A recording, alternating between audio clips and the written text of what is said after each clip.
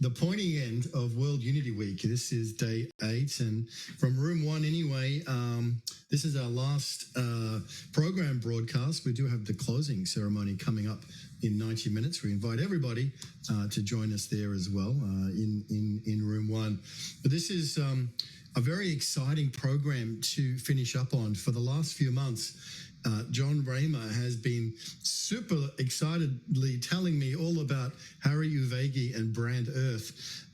And so I'm so excited to have Harry here live with John. And we're also going to be bringing in Dr. Tamsin Willie Barker as well. So it's going to be an awesome discussion, a plenary to close room 1 officially as we get ready for the opening ceremony, which comes after this. But it's been an amazing week. It's been an amazing day. This is an amazing moment. Harry Uvegi, John Raymer, welcome to this final plenary for World Unity Week 2023, New Earth Rising, and how perfect to be launching Brand Earth upon the world at this auspicious moment. Harry, welcome. John, please. Yeah, well, let me build a little bridge, because that was an amazing session we just had here. And the frequency for today is faith. And when I was a kid, I don't know about you, but I figured there must have been adult supervision on this planet. That somehow there must be some group somewhere that would make sure we wouldn't totally go off our rails. So I had faith above reason. And sure enough, last year during World Unity Week, and again, thanks to Kurt Johnson. Is this not so funny how Kurt Johnson keeps appearing in all these sessions? Because Kurt said to me, you got to read Dr. Tamsin Willie Barker's book on teaming. And then on Humanity Rising, this is a tale of synergy, Harry heard me. And I found out that Harry and Brian Russo were hosting a convergence room on holistic design and biomimicry. And then I looked at the schedule, one of many rooms, and I realized that Dr. Tamsin was going to be presenting there, that Harry had secured that to happen. And our lives have never been the same since. This was the adult supervision I was praying for, okay? That there was some people that got that this is serious. And if we don't change profoundly. And the good news is that we just have to remember, and nature can guide us there. And I got to know Harry and I got to know Tamsin. And what you're about to hear is, for me, the most hopeful potential game changer that I've seen. So Harry's a remarkable human being. Part of the story, as you'll get to see, is he was born on Manhattan. And we were with Chief Perry. He was there actually this morning, he and Clarissa. And it originally was Manhattan. And Harry's life and his work, he went to Columbia, 40 years in architecture and design. And then what happened to him is that he realized that he needed to regain his footing with nature, as he says.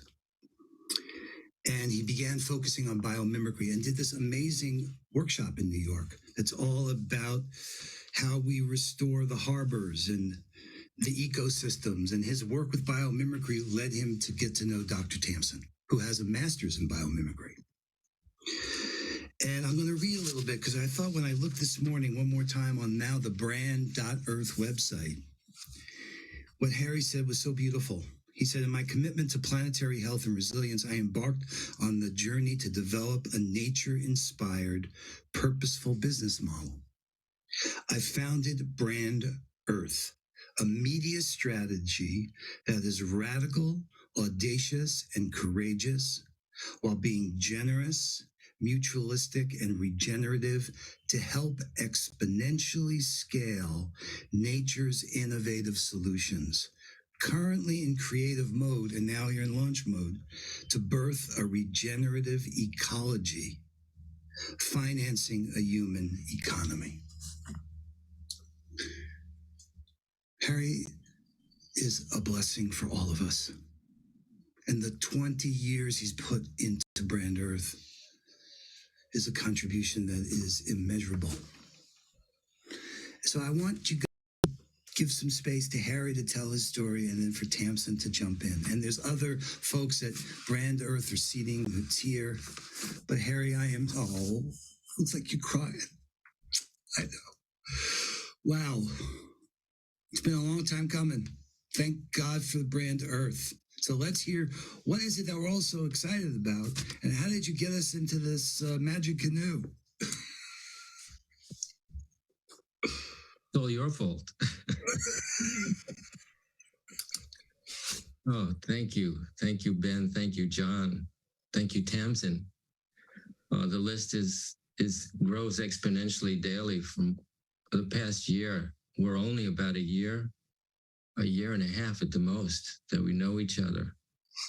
And the scale of which we connected and recognized each other and saw each other for the purposes that we are committed to was so phenomenal that it can just the container alone seemed to expand to embrace everybody that comes in, that's welcome to come in and to be part of the story.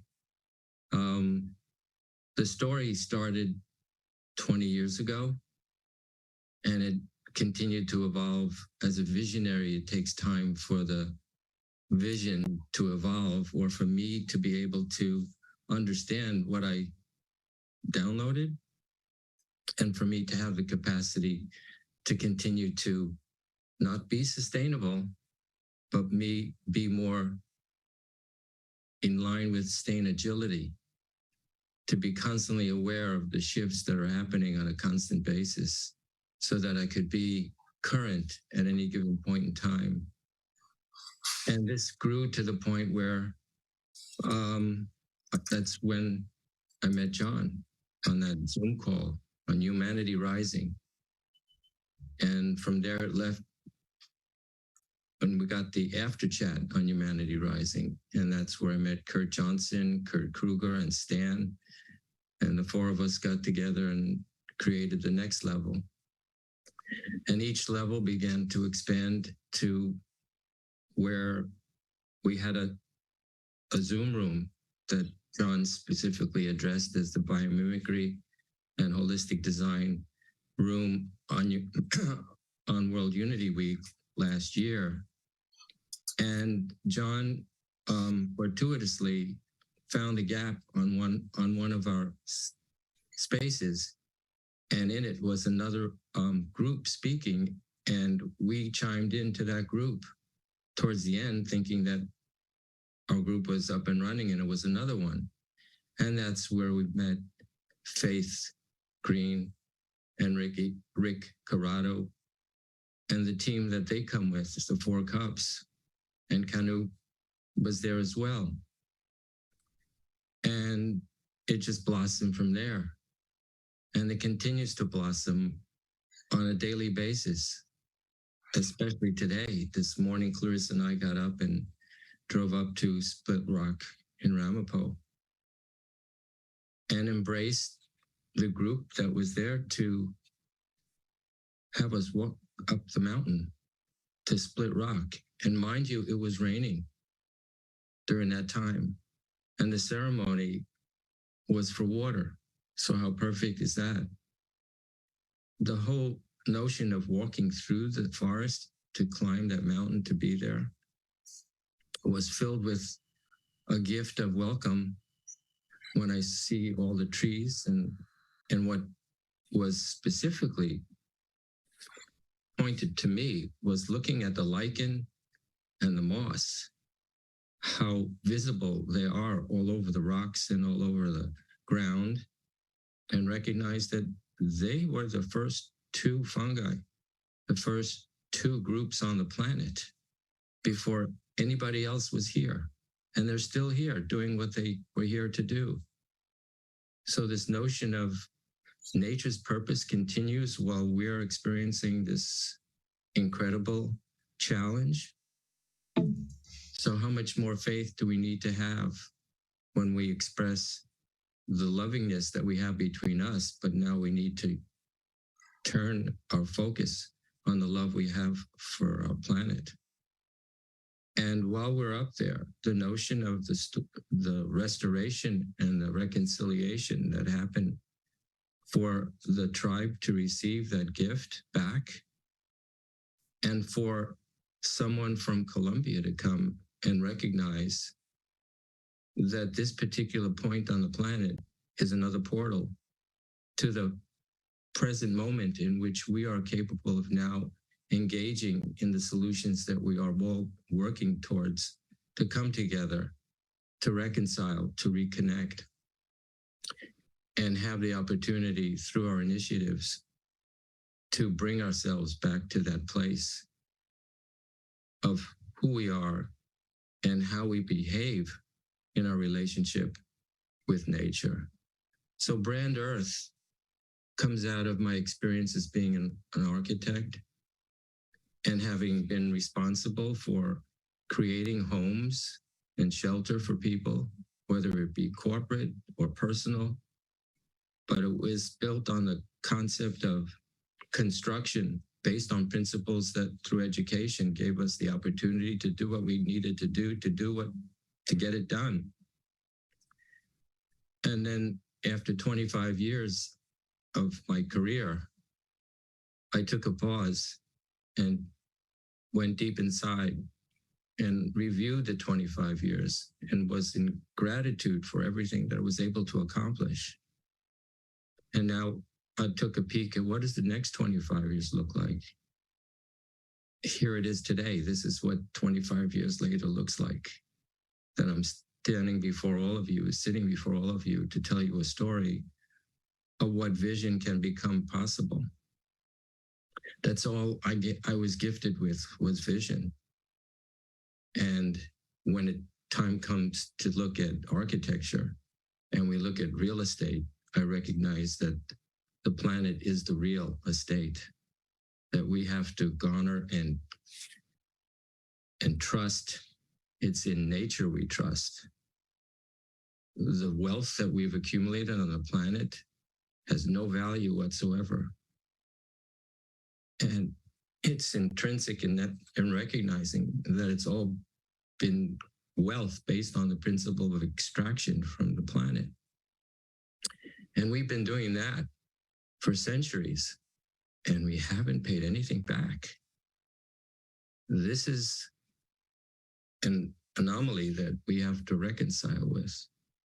And so in architecture, we have real estate within our offices that have libraries of manufactured catalogs that are the brand focus for us to coalesce and collect all the data and all the parts, all the moving parts of what it's like to build a home, to build a factory, to build anything, and then attach it to the land in any which way we want. So brand had an impact on me. And if I'm looking at brand, but the original notion of brand was quite painful for the animals that needed to be branded in order for the ownership to be visible. And so it took me that instant to recognize that it really means something else. And it came from the recognition of it being an acronym of be respectful, accessing nature's diversity. We are the diversity. Nature is not a warehouse of goods, but mentorship for us to move forward. And so with that notion, we have the opportunity to move this forward in a very powerful way and to engage everyone to be empowered to participate in the shift. We have Noah's story as a guide. Here was a man that was gifted the vision of having to build an ark. And it was one family that was involved in this, his family. And what was the ark for? Brought aboard all the species on the planet to get through that challenge that inevitably happened. Here we are in 2023, and our ark on the planet currently has witnessed the extinction of so many species. But together, as a family of 8 billion people, we have the capacity to be co-creators with the author of this gift that we're living on, for us to be able to magnify the mantle that we are graced to walk on, for us to have the possibility of beginning to have the idea of fresh water for everyone, clean water, fresh air, good food, good education, so that we could end up with resilience on our opportunity to live on this planet in a right relationship with the original principles, the original operating system that we were gifted, that we didn't understand. And now we have the opportunity through someone like Tamsin, who has created an amazing text of what a superorganism can do. And we are a sample of that superorganism that needs a lot of education and a lot of direction for us to be able to re-engage, re-feel our relationship to what is around us. So I thank you for this opportunity to expound on this further. And I'd like John to kind of come in and kind of guide us to whatever it is that John wants to know. Well, I need to say more. Okay, so Brand Earth is seeding a number of demonstration projects. And Dr. Tamsin Woolley Barker really purchased with her own commitment the Borrego Institute for Living Design. And Harry's been supporting that. So we want to tell a couple of these tales, these stories of where the values of Brand Earth is happening. And of course, the other one is on Manhattan itself, where this rethinking of brands, so meaning corporations, advertisers, and consumers, we can reimagine the way every day all of us are engaging and giving back to fund the just transition that needs to happen here. So we want to highlight a number of these stories and Tamsin's work, which is all part of what we're about to do in the 99 days of radical collaboration by teaming up, TEEMING. So let's give some space to you, Tamsin, to talk about your connection with Brand Earth, as well as the work you're doing and how we see it all weaving together during this 99-day period. Well, 91 days we're launching now. Harry, magnificent. Thank you for sharing that. I mean, I'm so honored to be part of this thing. It's just been like magic. It's hard to imagine that it was just 1 year ago that we did World Unity Week and everybody connected. But Harry and I have been gone, we've been way back. And it just, Brand Earth is just, it's just magical. And I would say that what I love about it, you know, historically, we have all the ideas, we have everything we need, and we haven't been able to do the things that we know we need to do. And the reason is, you know, one, we don't have the money. So this solves that. It puts us first. It puts Earth first instead of at the back of the line for the crumbs. And, you know, the imagination that we have within us, but we haven't been able to release. So I think this enables that. And we can bring that to the table through marketing and through all of our different languages and worldviews and stories. And I think that ties right into the radical collaboration. You know, can we collaborate across species and cultures and even worldviews? So that's the work that we're trying to do at the Borrego Institute for Living Design. And Harry's been helping us with that. So this is a 86-acre wilderness. It's epic. We're going to have camping and glamping and retreats, and people are going to get to reconnect to nature and really explore the deep patterns of that unique place. Because I think one of the really unique things about Brand Earth is that it not only gathers the money to do this, but it also changes the paradigm, because currently we come up with these big solutions to save the world, right? To do good, to steward this body outside of ourselves. But, you know, you don't steward your body, you take care of yourself. And I think that this enables us to kind of make a switch into our local places, So we can take all of that money and those ideas and that passion and the unity that we have and put it into our places. And so I love that he talks about Manhattan and the nature of place in Manhattan, which, you know, we're used to saying that we're going to go out to nature, but in reality, it's within us and all around us, even in New York City. So I think that's really beautiful and powerful. And I think it embodies the shift that we want to make, that we're not going to be stewards. We're going to live it. You know, we're going to take care of our whole body together. I think that's really exciting. And I think this gives us a kind of a lens for shifting to that top-down position to, you know, facilitating the emergent evolution of what wants to happen in place. So I'm super excited and proud to amplify Harry and be part of that. We do have a thing to kick off to experience it. We're going to do a nature of place at the Borrego Institute. So I have a design challenge for us.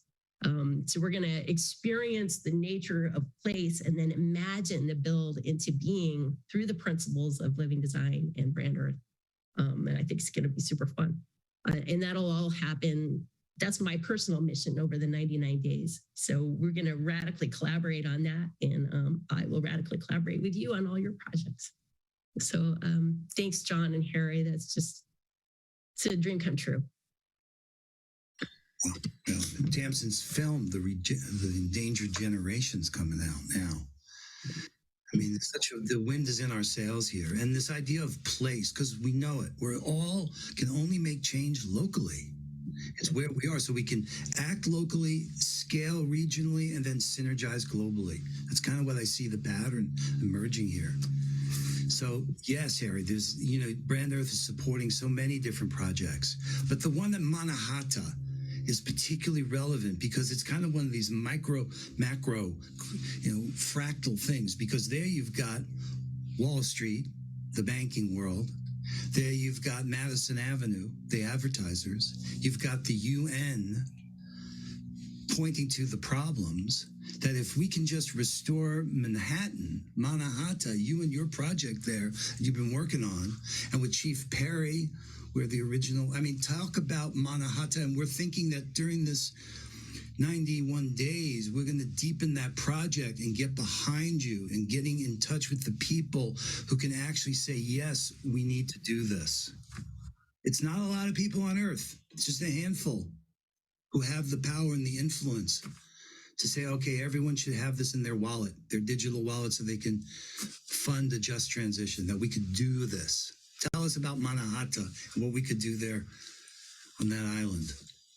So Manhattan was the original name for Manhattan, and it was the gift of Lenape had the gift of living here, and the Lenape lived within the neighborhood of New York State, Connecticut, Massachusetts, New Jersey, and Manhattan and parts of Long Island.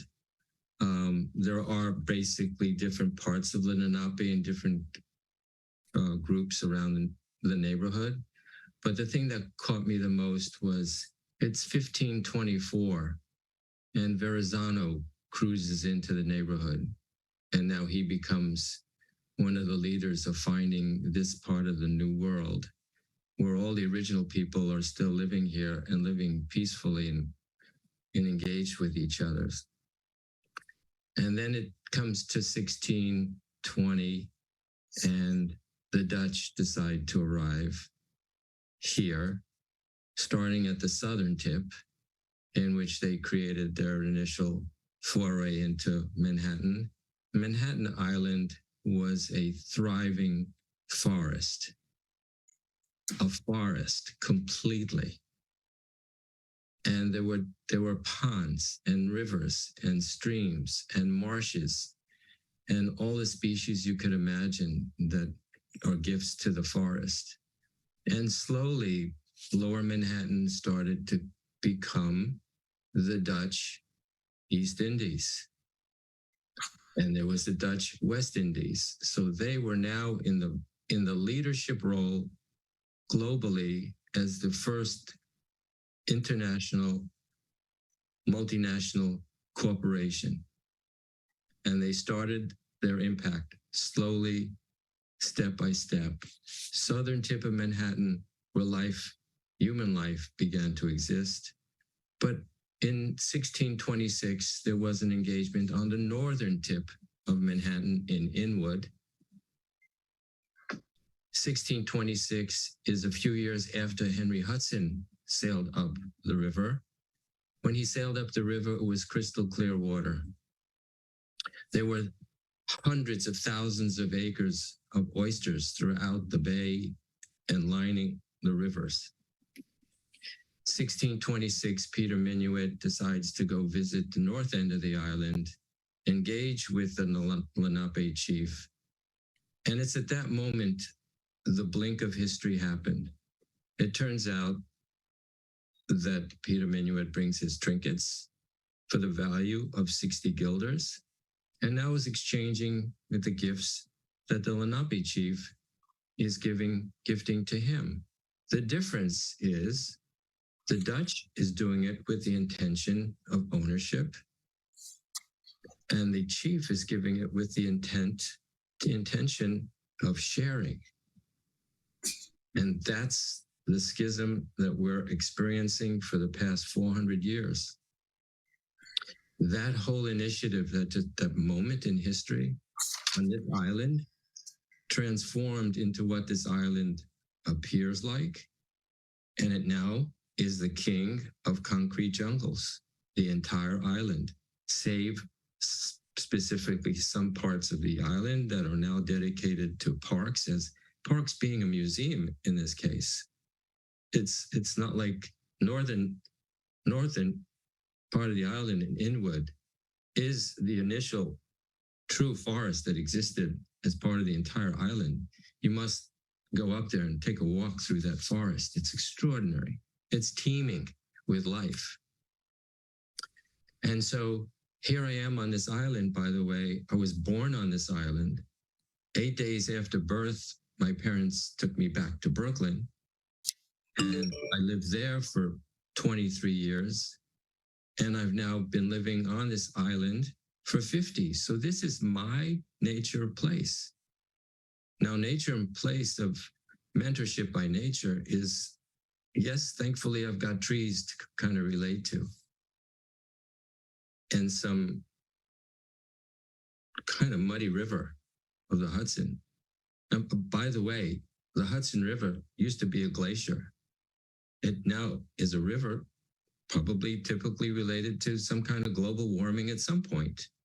But that was in response and a request that nature evolve that way, that we can have this. But again, it left it with a crystal clear image. It's not that anymore. So when I recognize my nature of place, it's living inside of a concrete jungle. Now, what do I get? Where is the essence of this that I can actually have some impact and make a change? And then I realized, as John shared, that the banking institutions live on this island. The exchange is down on Wall Street. Wall Street has become the name for that layer of finance. But in actuality, when the Dutch came here, there was a wall on Wall Street. It separated out parts of Manhattan. The move further uptown, and the UN exists on the east side. And the UN exists on that piece of land that preceding the building of that whole embodiment of the UN used to be filled with slaughterhouses.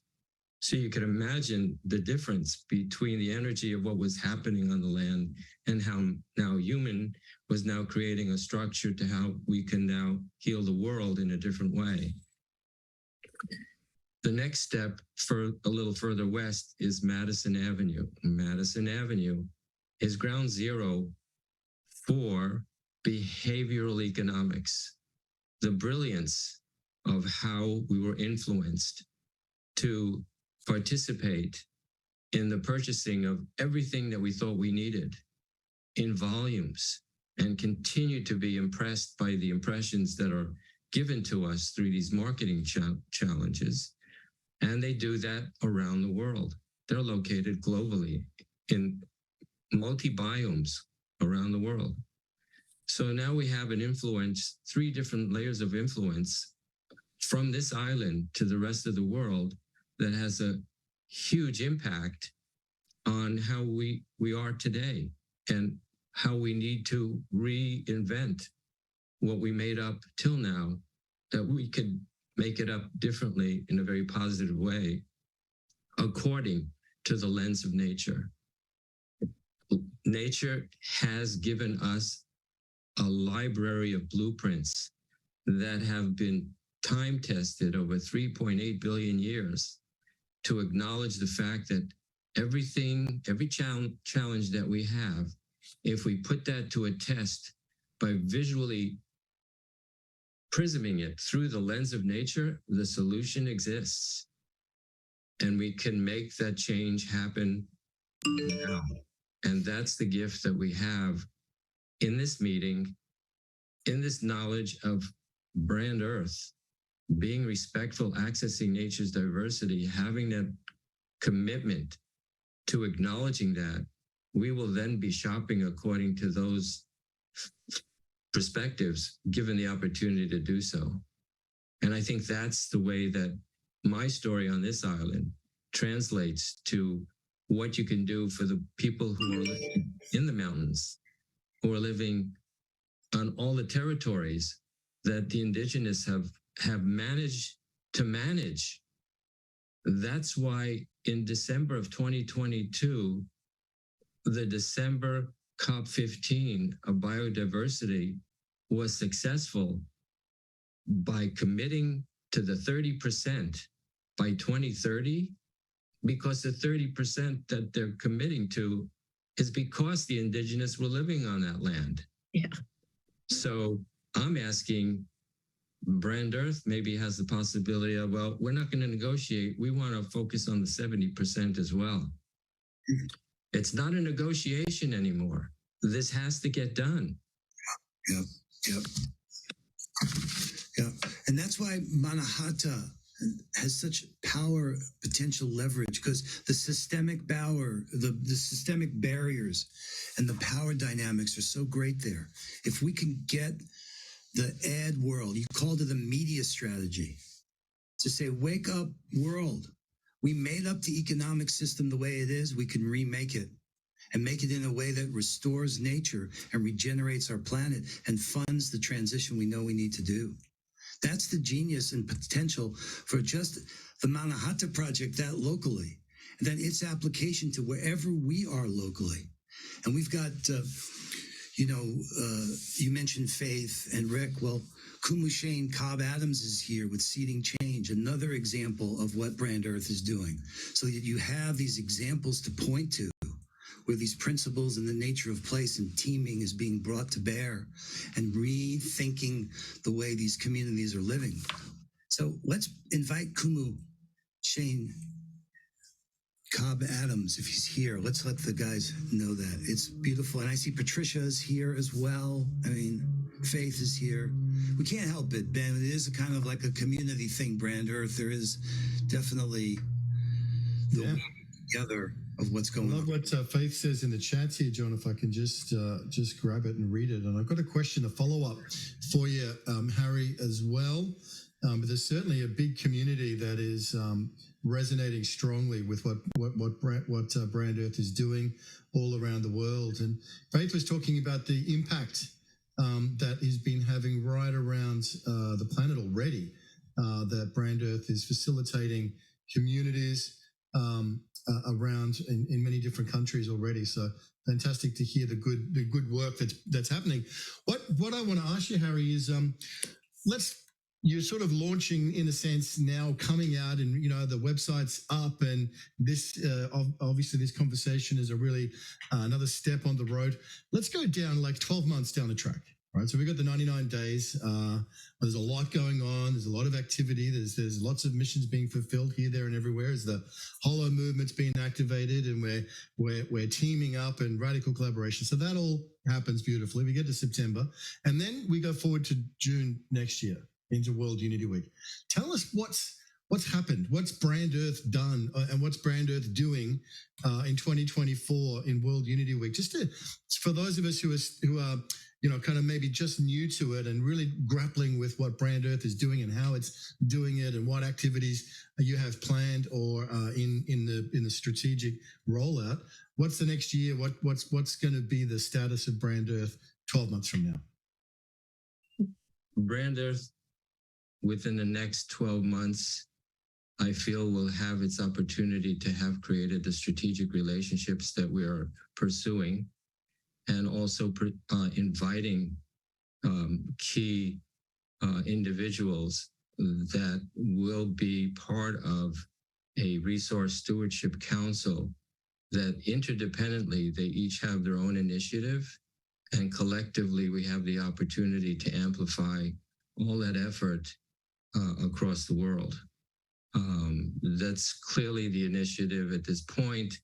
And we also have the opportunity to meet with the ad world during that time for them to come on board to participate in this, because it's a paradigm shift for the industry to happen as well.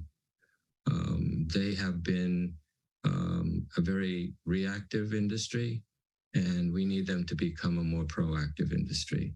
A proactive industry in regard to the knowledge of what exists right now in terms of nature-inspired innovation that exists. Those are the issues that have to be amplified on a daily basis, multilingually and multiculturally. In addition to that, the first impact that I believe we will have is in our relationship with the indigenous families, because they are the wisdom that will help bring this forward.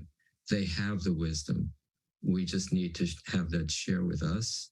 But at the same time, there's an issue that hasn't been addressed just from the ad world itself. Multilingually is one of 75 languages. Multilingually across the indigenous, there are 4,000 languages. We need to have this opportunity be broadcast across their world as well, so that we can engage with them and they become more welcome into the family that they've been left out, so to speak. And there are some perspectives that will enhance speeding that up that we're working on. I think that's where I feel that we will be well on our way, given the opportunity that between the three of us, John, myself, and Tamsin, have been wholeheartedly focused on in making this a success, with the rest of the team that is here tonight as well. They have presented themselves, Seeding Change and Pour Cups are the groups that we are engaged with together as a unit that recognize the value we each bring and our relationship to nature in a very powerful way. Amazing. Thank you, Harry. And one of the comments in the chat was that Brand Earth is currently seeding tangible change for planetary initiatives in Hawaii, Mexico, Congo, and Amazon coming up, obviously in the lungs of the planet. That's so exciting to see what's possible. Let me just quickly also thank you, Harry, and Brand Earth for being a co-sponsor of World Unity Week and the 99 days leading to Peace Week. We really deeply appreciate that as well. So there's a lot of good things here, John, and sounds like it's just getting started. No, that's the thing too. Let's just appreciate what's actually happening. So Brand Earth is supporting Indigenet and Phil and all the work that he's doing and the prophecies. So this deep connection with the indigenous world is what's grounding the birth of Brand Earth, and recognizing when you go back to the first people, when you go back to nature, that's where you go. So it's really happening. This is a tale of synergy. And the moment for you, Harry, and for all of us is such a gift. So all I could say is thank you, thank you, thank you. Thank you to you and Clarissa and Faith and the way this is all, and Rick. I mean, there's been Charles Betterton and coming together and going to Borrego and actually being at the build, the ranch there that Tamsin's doing, and creating a place for people to come to learn living design, and it being made real by us together, and you, Ben, with bringing Unity Earth and World Unity Week. There's This is radical collaboration. This is activating the whole movement. This is something greater than anything we can easily label or describe. It's faith made real. Yeah, I would like to add to that notion that one of the biggest pain points on the planet is there's never enough funding. And the flow is what is the issue here. The flow is if we can all take a pause and recognize that we're all in the Zoom together and everybody's sitting at the computer, but there's something happening inside of each other. The blood is flowing through your stream on autopilot. It's just doing what it's supposed to do. And all the initiatives that we need to have be revealed and implanted and impacted on back to the planet, we need to give nature back her purpose. And that needs to be with a constant flow, without hesitation. Because daily, if you look at what happens at the UN, the Secretary General is completely speaking about we don't have enough money to do this. On a planet that speaks to wealth on a constant basis and individuals with wealth of that capacity, we're inviting all of those people to acknowledge that they want to participate in this in the way that they can, in the way that that impact will have real impact and visually reveal what happened during COVID when the canals in Venice became crystal clear within a few weeks of COVID and everything stopped. When business stopped, we saw a regeneration almost immediately. When the animals came down from the mountains to see why things were so quiet down on the planet in the towns, I mean, that was nature saying, what just happened? It went as far as the birds when we were having in pre-COVID in all the world that was now in motion materially and manufacturing, traffic, all the birds needed to add octaves to their sounds in order to hear themselves. When COVID happened and everybody was sent to their room, the species had to lower their sounds again because it got so quiet. There was this massive shift that happened, and that we had the opportunity even recently to see what happened in California, where 2 rivers were undammed. As soon as they were undammed, within a week or 2, the species were coming back. There is examples of this that are happening on their own if we give it the opportunity for it to occur. So if we're at the beginning of this, there might be a day when the Hoover Dam comes down, because we may not need to have that level of power. We may have come up with electricity as we don't understand it now, but recognize that our bodies are body electric. My speaking, my heart is pumping because of my own inner connections that are electrifying my energy flow. That's within us.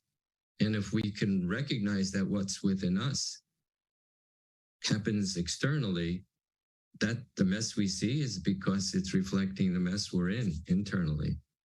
So we don't need health insurance. We need health planetary assurance, health assurance from the planet. I mean, that is such a gift of shift that Tamsin has showed me by being able to turn a painting upside down or looking at someone upside down and start drawing from that perspective. That's a hard shift to take. Try it. It's amazing, but it's a part of our brain that needs to adjust so that instead of we looking at the notion of an investment on how we extract from wealth, and we're always looking at the return on investment, why don't we choose a new ROI and call it a return on imagination? And that way we have the opportunity to start from there and begin to see what everybody's secret is that they haven't been sharing with us, because they must have the answer too that needs to come forward. Yeah. it's great, Ben, to have you here as you're getting caught up on these distinctions, right? So what Harry's pointing to is the challenge of rethinking, right? The idea of drawing someone upside down forces you to see differently. So we know we need to think differently in order to speak and act differently. And it's so beautiful because Emmanuel and Laura, I think, are here.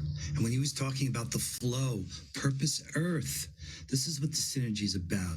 Brand Earth and Purpose Earth and the new Earth rising. Oh my God, you guys belong in the same canoe here. It's just so, and the whole, I mean, we've got everything we need. This is like Tamsin says, it's potential oriented design.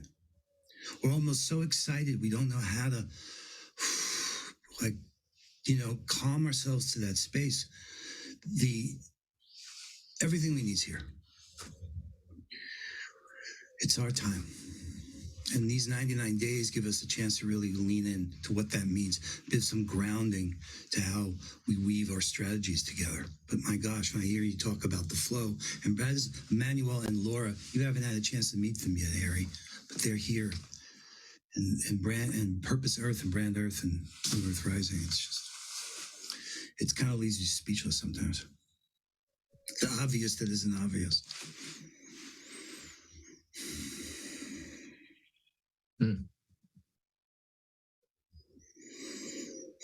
So there are other, like Faith and Rick, there's seating changes here too. And I don't know, and I know that the guys at Hubcast weren't told who else is coming up online, so maybe it's too spontaneous. But their Brand Earth are practically supporting projects like this, including Indigenet and Build and what's happening with Borrego Institute for Living Design as part of the Living Design as a whole offering as well.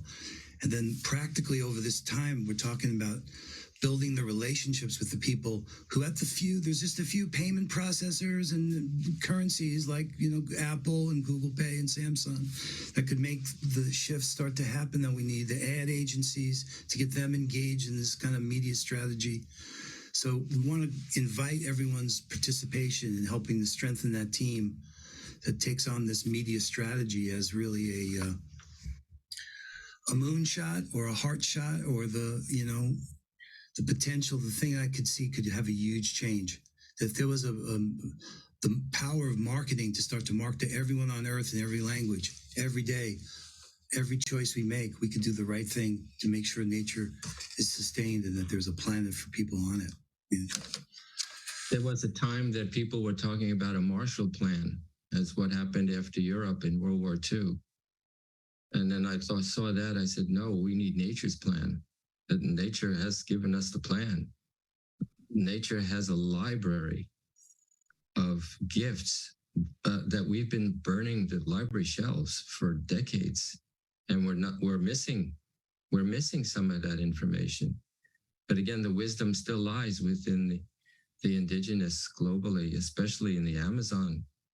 The Amazon have a commitment to 2041 to rebuild, to reimagine all of that across. If the lungs of the planet are not functioning, what do we have? We talk about water and air, water being very important, but what's missing? If there's no air, there's no water. The main ingredient in water is air. And we constantly have this drive. And the big question that I keep coming up with in my mind is, why do we have to kind of remember that we're connected or reconnect with nature? It doesn't make sense anymore because we're all breathing right now. It's the same breath that our ancestors breathed. We have this in our system for generations to generations. The same food, the same rain, it's the same water that's cycling around. And so we have this notion of where we think we're not connected is just awakening to the point that we are. And here in the room, I think, recognizes that we are nature and that we have that capacity. And that's why we're speaking this way. The 17 days Clarissa and I spent in Kauai in January was a huge transformation for me. To hear people speak of nature as family is a totally different paradigm. Everything and everyone is family. Totally different story. And so we need that new brand story. That new brand story is be respectful, accessing nature's diversity, which includes us. We are that diversity that's been invited so many times to participate in this life on this planet. But this new brand story is new storytelling and listening to all the indigenous stories that we haven't heard. Mhm. We haven't heard them. This is the opportunity to gift ourselves with that notion of invitation. I spent that morning together with Clarissa, and that was one of those moments. To sit there and stand there in the ceremony of recognizing our relationship to water and our relationship to a stone that represents a temple high up on the mountaintops. It's almost like walking to the top of Mount Sinai in that one. And recognizing that we all have the opportunity to be at that level. That spiritual drive within us can come to life, recognizing that we can express that window and have this opportunity to make that change. My mother used to say, the world takes a second and everything changes. She used to say that in Yiddish to me all the time. It just takes a second. And that's all we're looking for, that second. Harry, that is so profound. We had John before. You talked about how Kurt had connected you to Tamsin, and that's changed everything. And now we got connected to Kurt has changed everything. So it's so true that it just takes a second, and everyone's family. And I've been wanting you to meet, like John said, Harry, I've been wanting you to meet Laura Rose and Emmanuel Kunzelman from Purpose Earth. So we're going to take a moment here to take a second in which everything changes, because everything you've been saying, Harry, about resourcing the transformation of the planet, making sure that people who have purpose and communities of purpose have the resources they need to do what they need to do as we're teaming up and this radical collaboration. This is very much at the heart of Purpose Earth. And it's just an honor, John, to be in this forum with you and Tamsin, to witness the meeting of Emmanuel Kunzelman, Laura Rose, and Harry Uvegi for the first time here live. But no time like the present, right? But I just think it's such an alignment here of mission, of purpose, of generosity, of strategy, and everything else, that I just wanted to take an opportunity. Perhaps, Laura, you may want to start off maybe reflecting what you've heard so far about Brand Earth, and then we'll hear something from Emmanuel.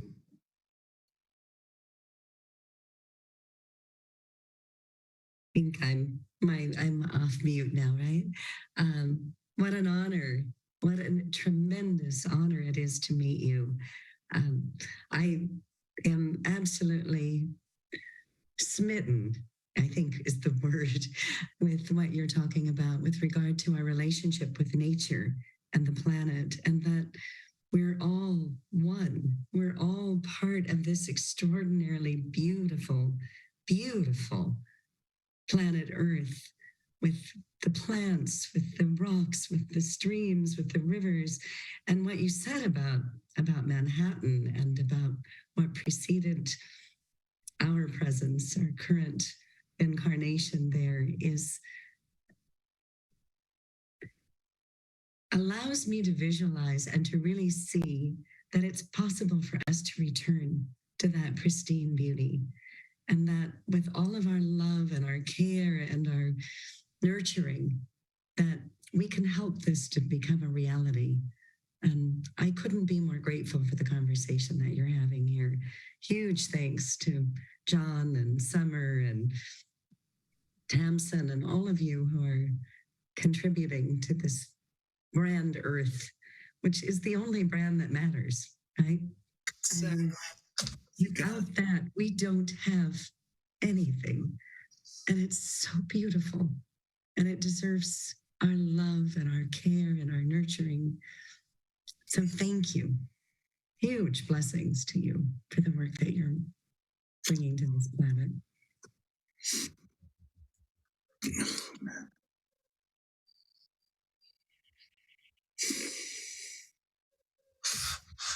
Thank Thank you, Laura.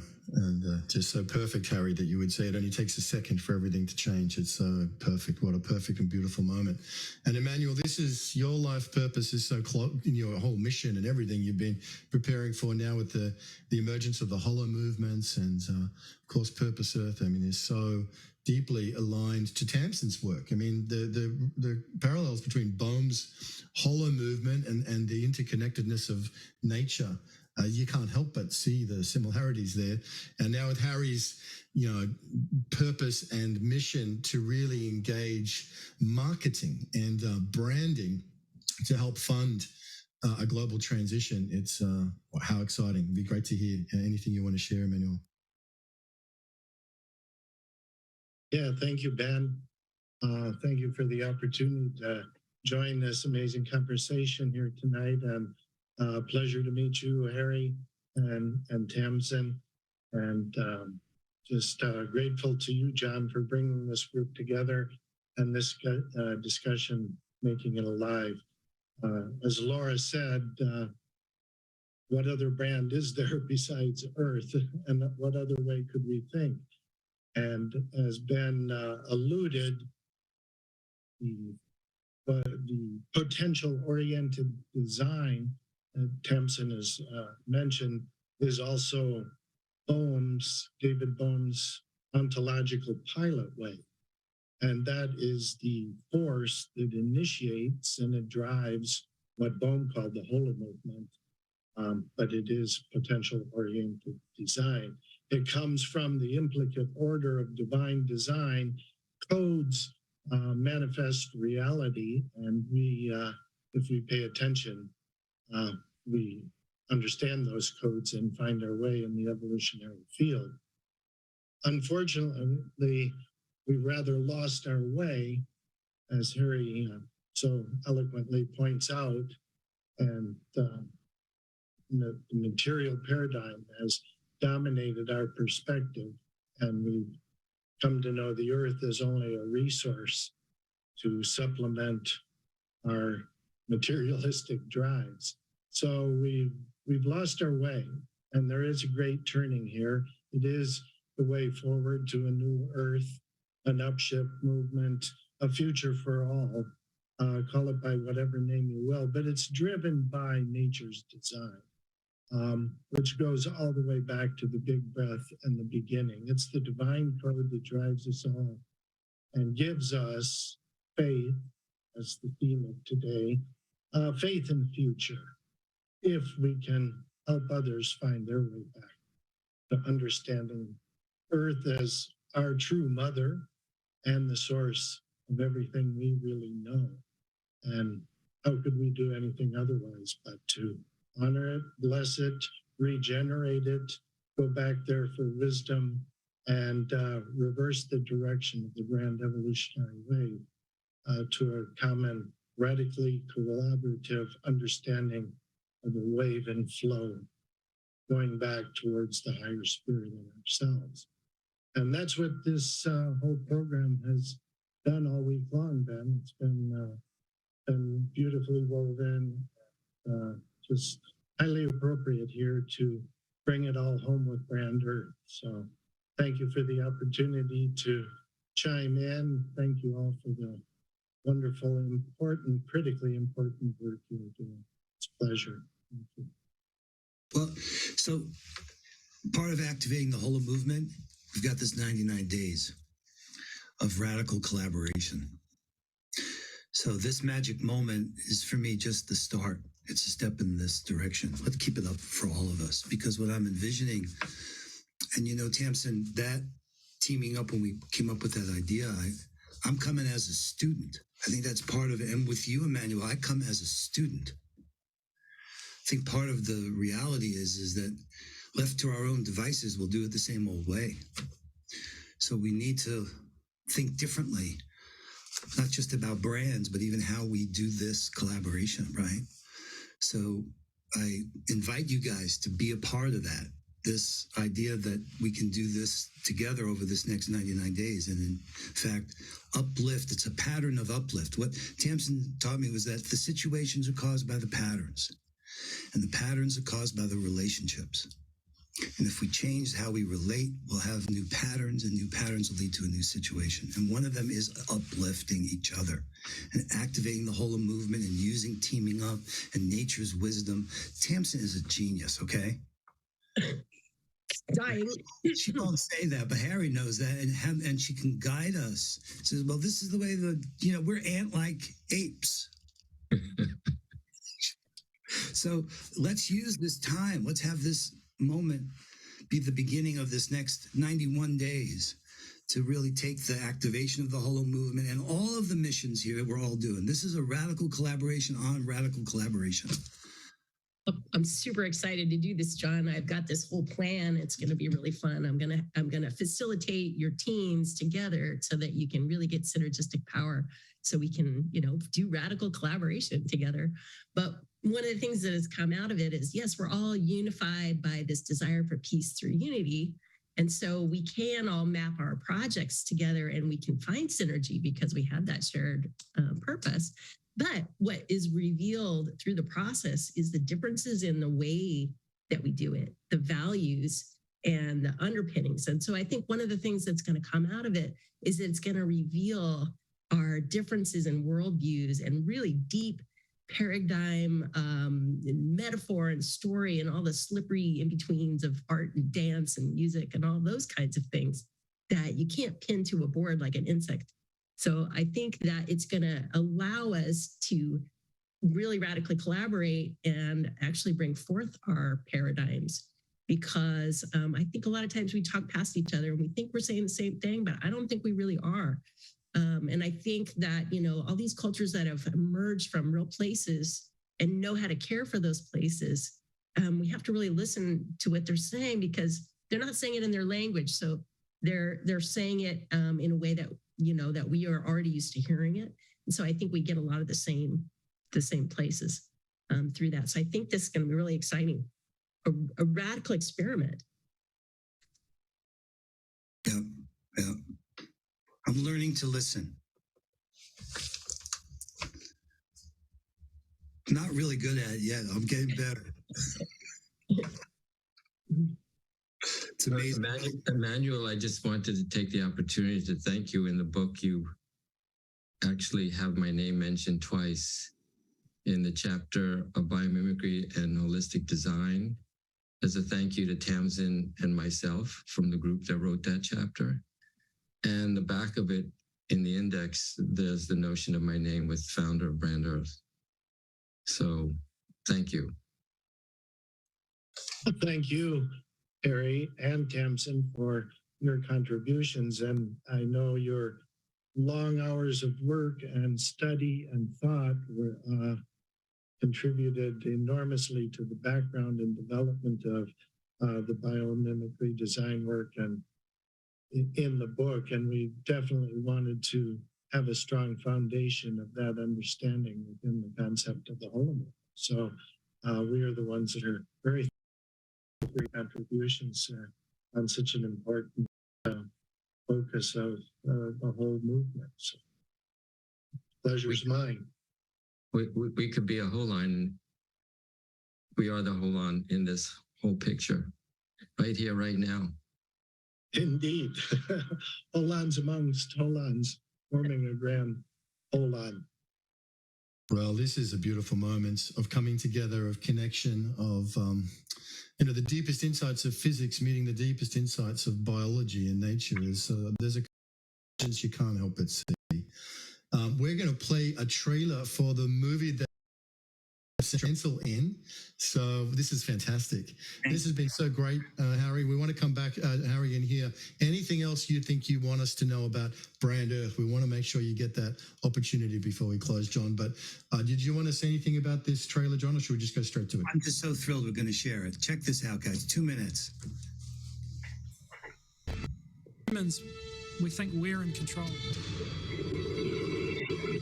I'm trying to change that perception of humans being the master of the universe. We've pushed our planet to the verge of collapse. The way that we're living is fundamentally at odds with the way that life works. If we could see our world differently, would we find the clues to our survival?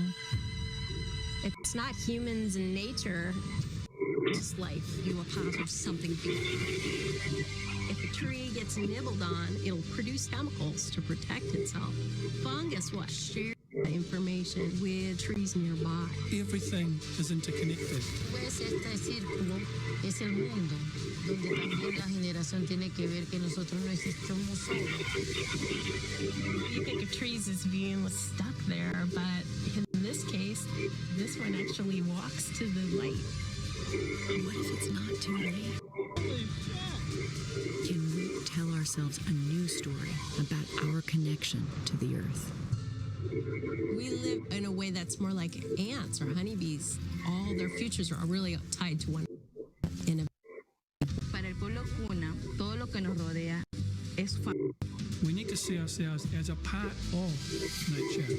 Around the world, artists, scientists, and activists are rising.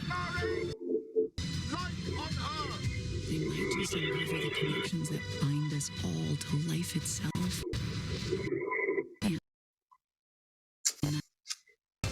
definiendo nuestro futuro. The thing about the future is that the story isn't yet told, and we can change the story. And the answer is amongst all of us.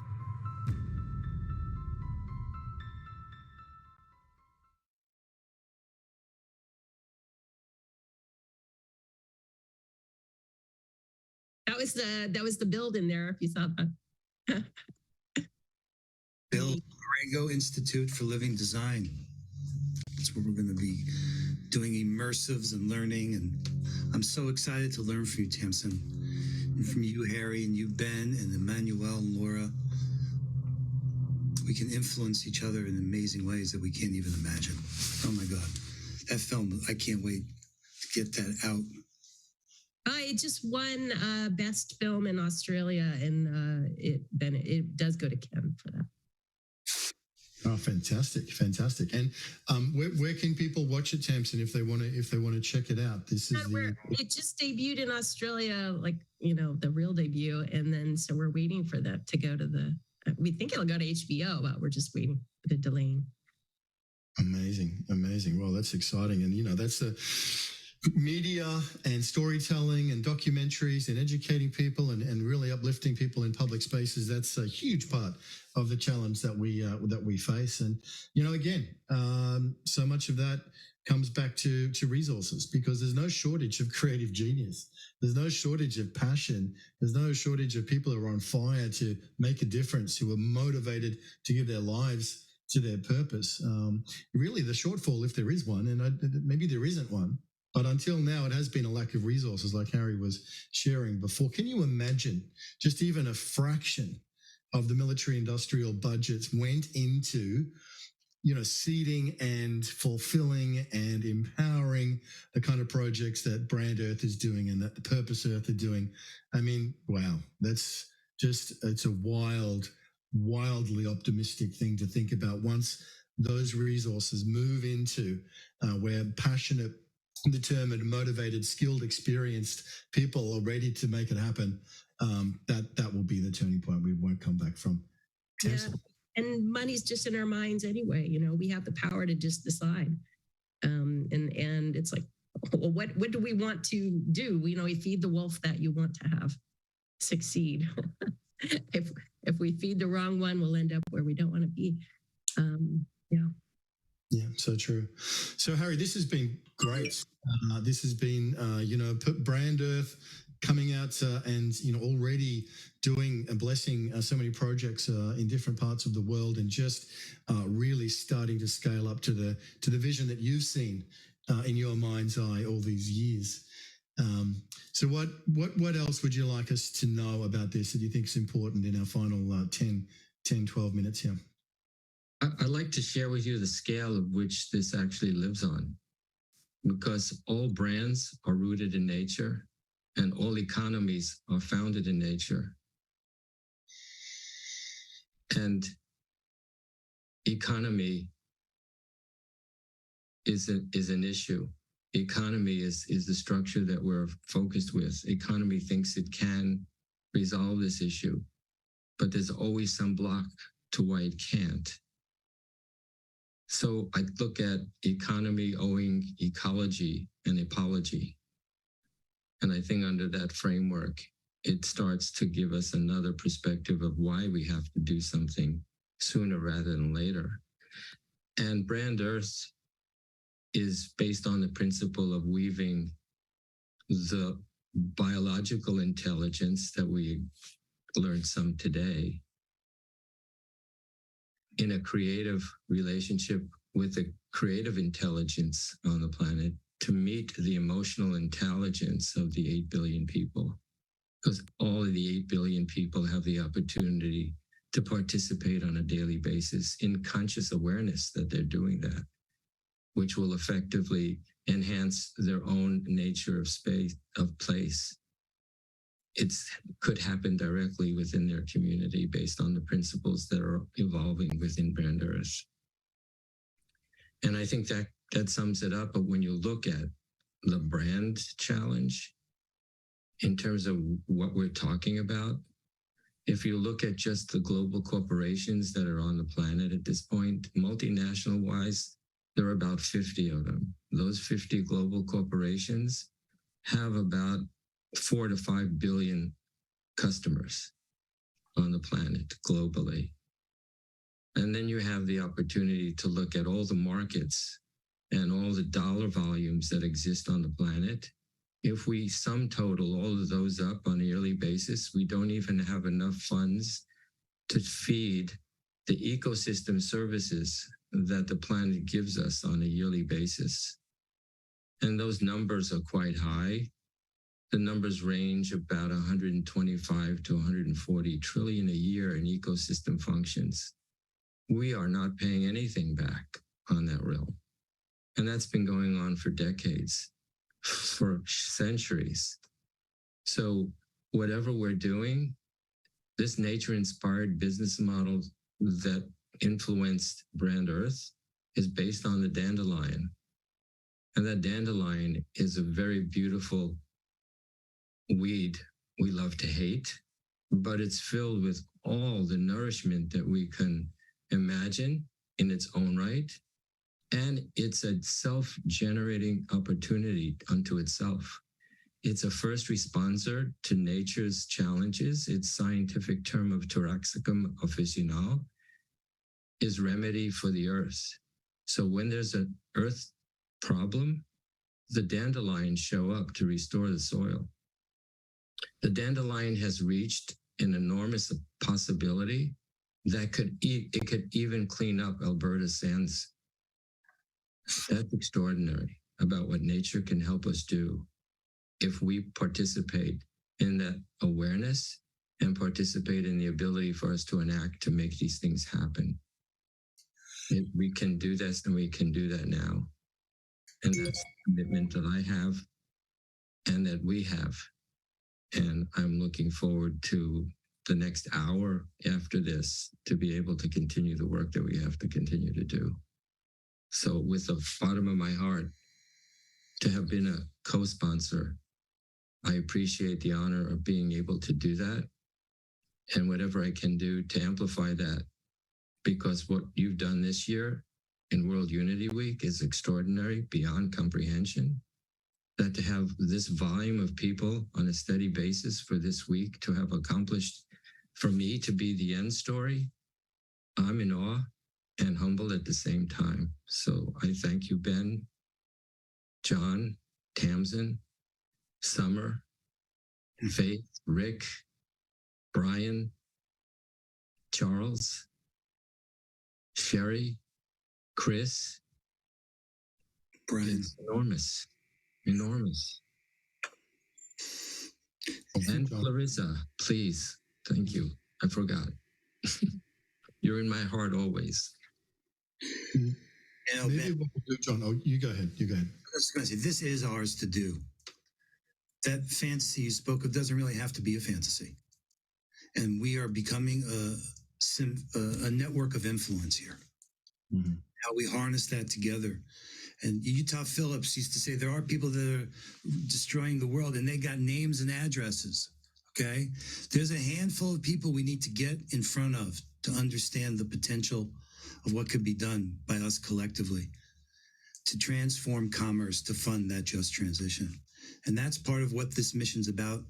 And helping Harry get the people of Manhattan sane again and get their land back and get it looking beautiful. And in the process, transform all the places on earth that we're bringing these principles back to, the nature of place and guiding us this way. It's fabulous. I'm so grateful to you, Harry, and so grateful to everybody here for your warm-hearted reception. Now let's go do this. Let's turn this into the kind of specifics that we can bring it from strategy to tactics to operations. There's a path. We want to share it with you. Beautiful, Brother John. And John, you are just really demonstrating an extraordinary level of peer advocacy. That's another phrase I get from John. There's a lot of language that comes from John, but peer advocacy of lifting other people up and spruiking them. You know, Kurt Johnson's a master of it as well.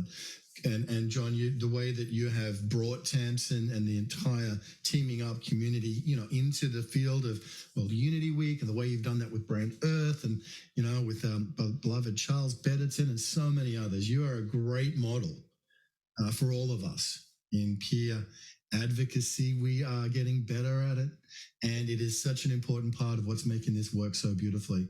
That essence. So, Tamsin, I want to come to you for your closing remarks. When is Batega Springs? When is the gathering? When are you going to get there? When are you getting together again? What a great question. Borrego Springs, we're going to launch it we're going to have camping in September and October where you can come and build, or you can always contribute your expertise or anything you have. But we're going to actually have our first immersion mid-November, and then we'll have another one early December. So if you want to come and, you know, God, we should have a film screening and a camp out, which you know, we can camp out inside too. I would love it. Sounds amazing. I know when John and Summer were there with the whole crew there a few months ago, just like the most extraordinary fun community and, you know, meaningful fun, which is what we're all about here, right? So, Harry, final comments. Really, we're coming to the end of this week. We're about to have a closing celebration, which is a continuation celebration. We've got the 99 days, which is now 91 days left. There's these missions. They're a mighty network. You've got the hollow movements happening. I mean, there's just so much. It's extraordinary. So what would you like to say, Harry Uvegi, to close us up for today's session? Spirit teaches me that there are two choices: the desire to receive, to share, and the desire to receive for my own needs. And there's a portion of the planet that functions on their personal needs. And I believe all of us together on this desire to receive, to share, will get us there.